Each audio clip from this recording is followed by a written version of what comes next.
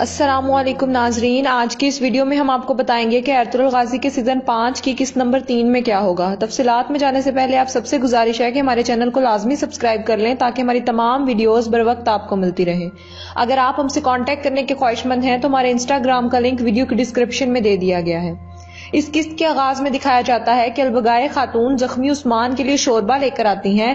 عثمان پوری رغبت سے وہ شوربہ پیتے ہوئے البگائے خاتون سے کہتے ہیں، آپ نے یہ بہت مزیدار بنایا، آپ کے ہاتھوں میں برکت ہو البگائے خاتون۔ خاتون کہتی ہیں، یہ میں نے سیاہ دمبے کی ہڈی کو ابال کر بنایا ہے، یہ طاقت دیتا ہے عثمان، میری مرحوم ماں میرے لیے یہ بنایا کرتی تھی۔ اس بات پر عثمان کہتا ہے، میری ماں کا میرے پیدا ہوتے ہی انتقال ہو گیا، میں نے انہیں کبھی نہیں دیکھا۔ خیمے میں داخل ہوتے ہوئے ایرطغرل یہ بات سن لیتے ہیں، جبکہ البگائے خاتون کہتی ہیں، تمہارے بابا پہاڑ جیسے ہیں، تمہارے بھائی اور دادی ہیں جو تم سے بہت پیار کرتے ہیں، خاص طور پر تمہارے بابا۔ اسی وقت تقریباً اندر موجود ایرطغرل اجازت لیتے ہیں تاکہ البگائے خاتون متوجہ ہو جائیں۔ عثمان ایرطغرل کو بتاتا ہے، اللہ انہیں لمبی زندگی دے، البگائے خاتون نے میرے لیے سیاہ دمبے کی ہڈی سے شوربہ بنایا۔ ایرطغرل کہتے ہیں، البگائے خاتون آپ کو زحمت نہیں کرنی چاہیے تھی، آپ نے عثمان پر بہت توجہ دی ہے۔ البگائے خاتون کہتی ہیں، انشاءاللہ جلد یہ صحت یاب ہو جائے ورنہ میرے دل کو سکون نہیں آئے گا، میں اس کے لیے اپنے ہاتھوں سے شوربہ بنانا چاہتی تھی۔ اس بات پر ایرطغرل مڑ کر البگائے خاتون کی طرف دیکھتے ہیں، جبکہ عثمان کہتا ہے، بابا البگائے خاتون کی مرحوم امی ان کے لیے شوربہ بنایا کرتی تھی اور انہوں نے یہ میرے لیے بنایا۔ اب میں آپ کو اپنی زبان دیتا ہوں، جب میں طاقتور اور توانا ہو جاؤں گا تو آپ کے لیے شکار کروں گا البگائے خاتون۔ اس کے بعد گوندوز اور ساؤچی کو عثمان کے پاس خیمے میں آتے ہوئے دکھایا جاتا ہے، جبکہ وہ وہاں اکیلا موجود ہوتا ہے۔ وہ دونوں اندر آ کر عثمان سے ملتے ہیں اور اس کے ٹھیک ہونے پر اللہ کا شکر ادا کرتے ہیں۔ گوندوز کہتا ہے، میرے پاگل عثمان، تم نے تو کہا تھا کہ تم پرندوں کا شکار کرنے جا رہے ہو، لیکن تم نے تو انسانوں کا شکار شروع کر دیا۔ عثمان کہتا ہے، بھائی یہ سب اچانک سے ہو گیا اور میں اس پر اپنی آنکھیں بند نہیں کر سکتا تھا۔ گوندوز کہتے ہیں، دیکھو میرے دلیر، ہم تمہاری خودسری اور بہادری کو ہمیشہ سے مانتے ہیں اور ہم نے اس سے اللہ پر چھوڑا ہوا ہے، لیکن عثمان تم صرف اکیلے نہیں ہو، ہم 3 بھائی ہیں، ہم ایک جسم کے 3 حصے ہیں، جب کسی ایک حصے کو کچھ ہوتا ہے تو باقی 2 بھی جلتے ہیں۔ اگلی دفعہ اگر تمہیں کسی ایسی چیز کا سامنا کرنا پڑا تو ہمیں بھی اس کی اطلاع کرنا۔ اگر ہم نے ظلم کو روکنا ہے تو ہمیں اکٹھا رہنا ہوگا، اور اگر ہماری قسمت میں مرنا لکھا ہے تو اکٹھے مرتے ہیں میرے بھائی۔ عثمان کہتا ہے، ٹھیک ہے بھائی، چلیں ہم تینوں ایک ساتھ دسترخوان پر جاتے ہیں، بابا ہمیں اکٹھے دیکھ کر بہت خوش ہوں گے۔ اس بات پر گوندوز اور ساؤچی کچھ خاموش رہ جاتے ہیں۔ عثمان پوچھتا ہے، کیا ہے بھائی، کیا کچھ ہوا ہے؟ گوندوز کہتا ہے، بھائی تم ساؤچی کے ساتھ جاؤ، میں کھانے میں نہیں آؤں گا۔ عثمان پوچھتا ہے، کیوں نہیں بھائی، آپ سب سے بڑے ہیں، آپ کیسے نہیں جائیں گے؟ گوندوز بتاتا ہے، عثمان مجھ سے ایک بڑا قصور ہوا ہے جس کی وجہ سے بابا مجھ سے بہت غصے ہیں، اگر وہ مجھے کچھ دیر نہ ہی دیکھیں تو بہتر ہوگا۔ عثمان پوچھتا ہے، بھائی آپ نے ایسا کیا قصور کر دیا کہ بابا آپ سے اتنے ناراض ہیں، آپ ان کی نظروں کے سامنے نہیں آنا چاہتے؟ گوندوز کہتا ہے، کچھ نہیں ہے، جیسا میں نے کہا ہے ویسا ہی کرو، ساؤچی کے ساتھ چلے جاؤ، اس کے علاوہ میں صرف تمہیں دیکھنے آیا تھا، تم ٹھیک ہو، اور کیا میرے لیے اس سے بڑھ کر کوئی کھانا ہوگا؟ عثمان کہتا ہے، بھائی میری وجہ سے بھی بابا کو بہت غصہ آیا، لیکن وہ ہم سب سے ہمدردی رکھتے ہیں، آپ نے جو بھی کیا وہ آپ کو معاف کر دیں گے۔ گوندوز کہتا ہے، میں جانتا ہوں میرے بھائی، لیکن اب میں چلتا ہوں۔ یہ کہہ کر گوندوز وہاں سے چلا جاتا ہے۔ اس کے بعد ایک غار میں زنگوچ کو دکھایا جاتا ہے، وہ جلدی سے خود کو کمانڈر دراگوس کے حلیے میں لے کر آتا ہے اور اپنی تلوار نکال کر وہاں موجود اپنے ساتھیوں سے کہتا ہے، مقدس تلوار کے فرسان جنہوں نے مقدس مقصد کے لیے اپنی جانیں قربان کر دی، ہمارا مقصد اناطولیہ کو ترکوں کے خون سے دھونا اور یہ زمین واپس لینا ہے، ہمیں تلوار اور اپنی جان کی قسم کہ ہم صرف قتل کریں گے اور مریں گے۔ سب لوگ اپنی تلوار اپنے ماتھے سے لگا کر یہ بات دہراتے ہیں کہ ہم صرف قتل کریں گے اور مریں گے، کمانڈر دراگوس، جب تک ہم زندہ ہیں۔ کمانڈر دراگوس باری باری 3 سپاہیوں کے نام لیتا ہے، الائس، تارا اور کارابلا، یہاں تم تینوں کے پاس سب سے ضروری کام ہے۔ الائس، ایلفک کے گورنر کے خاص آدمی، تم وہ آدمی ہو جو ہم نے گورنر کی خدمت میں رکھا، جب وقت آئے گا تو تم سب سے ضروری آدمی ہوگے جو گورنر کو وہاں سے ہٹا کر اس کی جگہ لوگے۔ الائس جواب دیتا ہے، اپنی موت تک کمانڈر دراگوس۔ اس کے بعد کمانڈر تارا سے کہتا ہے، تارا تم ایک نڈر جاسوس ہو، سالوں تم نے تاجر کا بھیس بدل کر سوگوت میں ہمارے مقدس مقصد کو سر انجام دیا، تم ترکوں کے ہاتھوں سے ہمیں سوگوت دلانے میں سب سے اہم آدمی ہو۔ تارا بھی وہی بات دہراتا ہے، اپنی موت تک کمانڈر دراگوس۔ اس کے بعد کمانڈر کارابیلا سے کہتا ہے، خون کا پیاسا کارابیلا جو جہاں بھی جاتا ہے تباہی پھیلا دیتا ہے.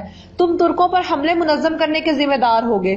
تم نے ہر اس جگہ موت لانی ہے جس جگہ ہم تمہیں اشارہ کریں گے. کارابیلا بھی کہتا ہے اپنی موت تک کمانڈر دراگوس.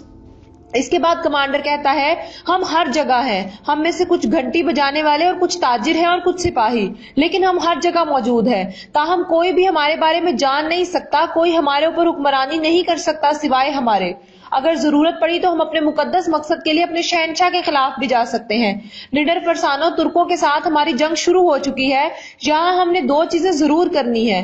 ہم صرف قتل کریں گے اور مریں گے. سب لوگ اپنی تلوار ایک دوسرے سے ٹکرا کر اس بات کا اعلان کرتے ہیں ہم صرف قتل کریں گے اور مریں گے، ہماری موت تک کمانڈر دراگوس. اس کے بعد کائی قبیلے کے مرکزی خیمے میں سب لوگوں کو کھانے کی دعوت پر دکھایا جاتا ہے. ایرطغرل وہاں موجود شاعر اوزان سے کہتے ہیں جیسے گھوڑا تیزی سے پاؤں ہلاتا ہے، اسی طرح شاعر اپنی زبان اس بات پر شاعر اکتارے اور طبلوں کی دھن پر اللہ ترکوں کی مدد کرے کے عنوان سے دعائیہ نظم سناتا ہے. سب لوگ اس سے بہت لطف اندوز ہوتے ہیں. نظم کے بعد ایرطغرل کہتے ہیں شکریہ اوزان، تمہاری آواز کی کیا بات ہے. اسی وقت طبل بجنے پر سب لوگ چونک کر اس طرف متوجہ ہوتے ہیں. قبیلے کے محافظ آنے والوں کو روک کر پوچھتے ہیں رک جاؤ، کون ہو تم؟ جس پر نوارد جواب دیتا ہے منگول کے گشت کرنے والے دستے کا کمانڈر. یہ کہہ کر وہ مرکزی خیمے کی طرف بڑھتا ہے. دوسری طرف ملک شاہ خیمے میں داخل ہوتے ہیں تو ایرطغرل پوچھتے ہیں کیا بات ہے، جس پر وہ جواب دیتا ہے منگول. منگول کمانڈر کے آگے بڑھنے پر مرکزی خیمے کے محافظ سامنے آتے ہیں جس پر وہ کہتا ہے میں منگولوں کے گشت کرنے والے دستے کا کمانڈر ہوں. محافظ کہتے ہیں ایرطغرل صاحب کے خیمے میں کوئی ایسے داخل نہیں ہو سکتا. کمانڈر جواب دیتا ہے ہم لوگ جہاں چاہیں اور جب چاہیں اپنی مرضی سے جا سکتے ہیں. تم کون ہوتے ہو مجھے روکنے والے؟ اس کے ساتھ ہی کمانڈر کے ساتھ آنے والے منگول سپاہی محافظوں پر حملہ کر دیتے ہیں. اچانک حملے سے وہ تمام محافظ پسپا ہو جاتے ہیں جبکہ منگول خیمے کی جانب چلے جاتے ہیں. ملک شاہ کی بات پر خیمے میں موجود سب لوگ اپنی جگہ سے کھڑے ہوتے ہیں. اسی وقت منگول کمانڈر اپنے سپاہیوں کے ساتھ اندر داخل ہوتا ہے. اسے دیکھ کر ایرطغرل اور ان کے ساتھی کھانے کی میزوں سے باہر سامنے کی طرف آتے ہیں. کمانڈر پوچھتا ہے کیا تم ایرطغرل ہو، اس قبیلے کے سردار؟ ایرطغرل جواب دیتے ہیں ہاں میں ہوں. اور تم کون ہو؟ تمہاری ہمت کیسے ہوئی میرے خیمے میں اس طرح داخل ہونے کی؟ کمانڈر کہتا ہے ایرطغرل صاحب سب سے پہلے آپ کے دسترخوان پر بیٹھتے ہیں. ایرطغرل کہتے ہیں یہ دسترخوان ان کے لیے سجایا جاتا ہے جو عزت کے ساتھ آتے ہیں. کمانڈر کہتا ہے کیا مطلب ہے آپ کا؟ یہ جس بھی مقصد کے لیے سجایا گیا ہے اس کے مالک ہم ہیں. یہ سب باتیں سن کر وہاں موجود عثمان اپنی مٹھیاں زور سے دباتے ہوئے غصے کو قابو کرتے ہیں. کمانڈر کہتا ہے میں منگول گشت کرنے والے دستے کا کمانڈر ہوں. آج سے ان زمینوں کے مالکان ہم ہیں اور تم لوگ ہمارے لیے کچھ نہیں ہو. ایرطغرل صاحب اپنے دماغ میں یہ بات ہمیشہ کے لیے بٹھا لو. اگر تم ابھی تک زندہ ہو تو ہمارا شکریہ ادا کرو. ایسا اس لیے ہے کہ ہم ایسا چاہتے ہیں. اگر ہم چاہتے تو تمہیں جلا وطن کر کے صحرا میں بھیج سکتے ہیں، جہنم تک بھیج سکتے تھے، یہ سب کر سکتے تھے.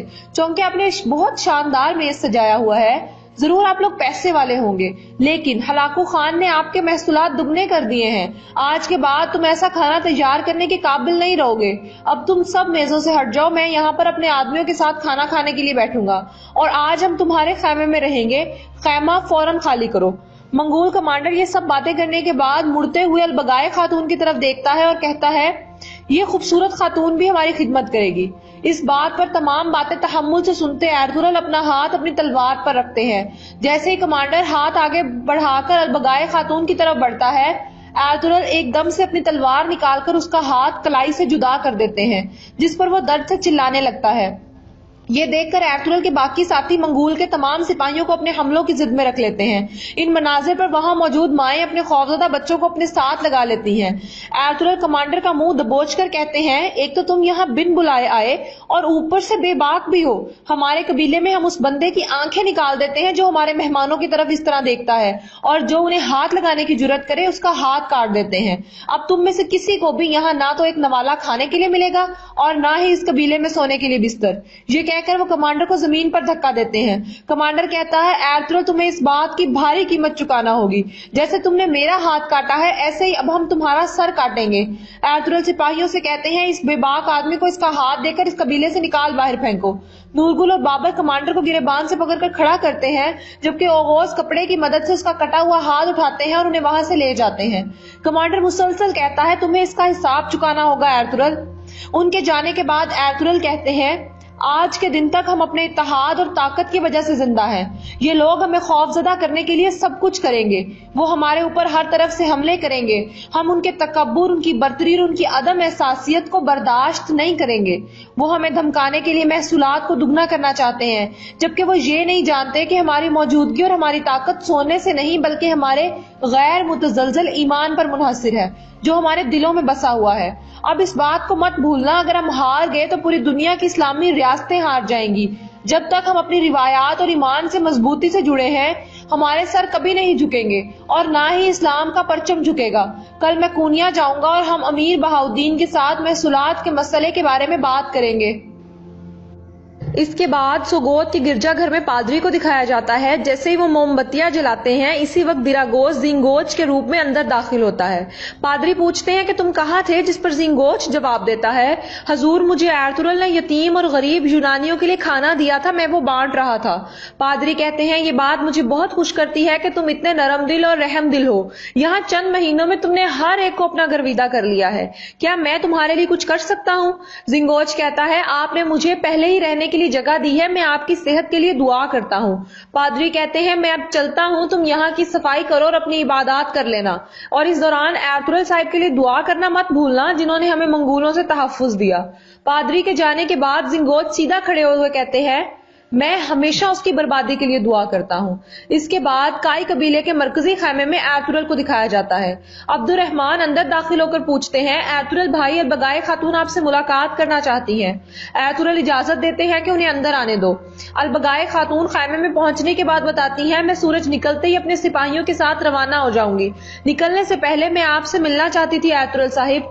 ایرطغرل جواب دیتے ہیں، میرا قبیلہ آپ کا قبیلہ ہے البگائے خاتون، آپ جب کبھی بھی سوگوت دوبارہ آئیں میں آپ کی راہ تکوں گا۔ البگائے خاتون کہتی ہیں، آپ نے میری وجہ سے اپنے قبیلے اور خود کو خطرے میں ڈالا۔ یہ سب ہونے کے بعد منگول آپ کے لیے اور آپ کے قبیلے کے لیے بڑی مصیبت کھڑی کریں گے۔ ایرطغرل جواب دیتے ہیں، میرے میز پر بیٹھے مہمان کی عزت میری عزت ہے البگائے خاتون، اس کے لیے میں نہ صرف اپنے آپ کو بلکہ پوری دنیا کو آگ میں پھینک سکتا ہوں۔ ہماری روایات اور رواج ہمیں یہ سب کرنے کا کہتے ہیں۔ یہ جان لیں کہ اگر آپ نے کبھی بھی خود کو کسی ہیبت ناک مصیبت میں پایا تو ہمیں اطلاع کر دیجیے گا۔ اگر ہم دنیا کے دوسرے کونے میں بھی ہوئے تو آپ کی مدد کے لیے پہنچ جائیں گے۔ البگائے خاتون ایرطغرل کا شکریہ ادا کرتی ہیں۔ خیمے سے باہر جانے سے پہلے خاتون اچانک رکتی ہیں، لیکن پھر کچھ سوچ کر دوبارہ باہر چلی جاتی ہیں۔ اس کے بعد سپاہی گوندوز کو دکھایا جاتا ہے، وہ نم آنکھوں اور بہتے آنسوؤں کے ساتھ اپنے بستر پر موجود ہوتے ہیں۔ ایرطغرل خیمے کا پردہ ہٹا کر ان تینوں کو اپنے بستروں پر دیکھ کر خاموشی سے باہر چلے جاتے ہیں۔ خیمے سے باہر نکل کر وہ داخلی سیڑھیوں پر بیٹھ جاتے ہیں۔ اسی دوران حائمہ خاتون بھی خیمے سے باہر آ کر ایرطغرل کے ساتھ بیٹھ جاتی ہیں اور کہتی ہیں، جیسے یہ مصیبتیں کافی نہ تھیں کہ منگول کتوں کو بھی آنا تھا۔ بیٹے تم یہی سوچ رہے ہو نا؟ ایرطغرل جواب دیتے ہیں، ہم بڑی بڑی مصیبتوں سے گزر گئے امی جان، ہم اس سے بھی اللہ کے حکم سے گزر جائیں گے۔ اصل مسئلہ باپ ہونا ہے۔ اب مجھے آپ کی اور بابا کی اچھی طرح سمجھ آئی ہے۔ حائمہ خاتون کہتی ہیں، تم صرف اپنے بچوں کے بابا نہیں ہو بلکہ ان کی ماں بھی ہو بیٹا۔ جب وہ بیمار ہوتے تھے تو تم ان کے ساتھ صبح تک بیٹھے رہتے تھے، پلک جھپکائے بغیر۔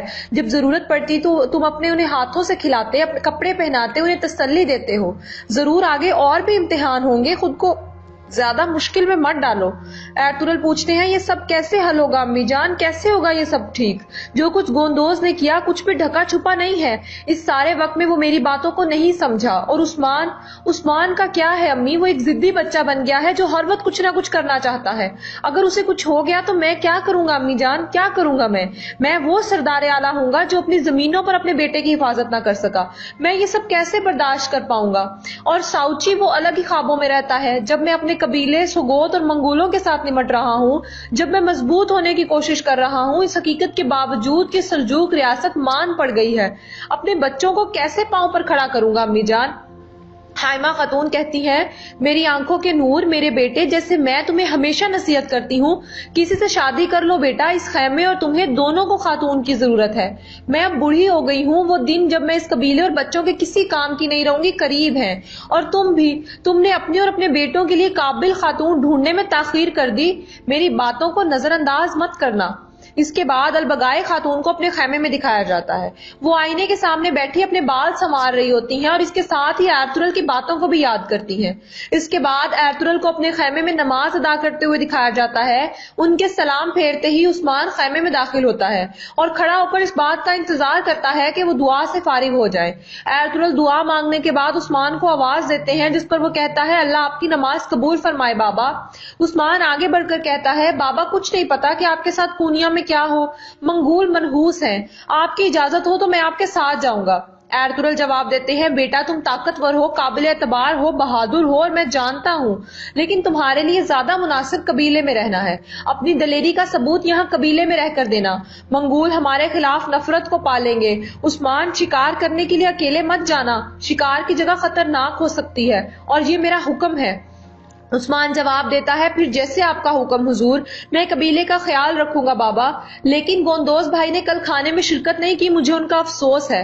ایرطغرل جواب دیتے ہیں گوندوز جانتا ہے کہ اس نے کس قسم کی غلطی کی ہے، اسے سب سے پہلے اس غلطی کا حساب دینا ہوگا. عثمان کہتے ہیں بابا جو بھی بات ہم پر آتی ہے تو آپ ہمیں معاف کر دیتے ہیں، کیا آپ انہیں ایک اور دفعہ معاف نہیں کر سکتے؟ ایرطغرل کہتے ہیں سنو بیٹا، اگر کسی سے اس کے نفس کی وجہ سے غلطی ہوتی ہے تو وہ معاف کی جا سکتی ہے، لیکن اگر کوئی اللہ کی بنائی گئی حدیں توڑ دیتا ہے تو اسے معاف نہیں کیا جاتا. جب تم سردار بنو گے تو تمہیں معلوم ہو جائے گا. ہم ایسی غلطی کو درگزر نہیں کر سکتے جو اللہ کی طرف سے منظور نہ ہو. تمہارے بھائی کو پہلے اپنے اعمال کے نتائج کو بھگتنا ہوگا تاکہ وہ ندامت سے توبہ کرے اور معافی مانگے. یہ کہہ کر ایرطغرل پونیا جانے کی تیاری کرنے لگتے ہیں جبکہ عثمان ان کی مدد کرتا ہے. اس کے ساتھ یہ قسط اپنے اختتام کو پہنچتی ہے. امید ہے آپ کو ویڈیو پسند آئی ہوگی. اسے لائک کریں، شیئر کریں، ہمارے چینل کو لازمی سبسکرائب کر لیں. اپنا فیڈ بیک دینا مت بھولیے گا. ملیں گے اگلی ویڈیو کے ساتھ، تب تک کے لیے اللہ حافظ.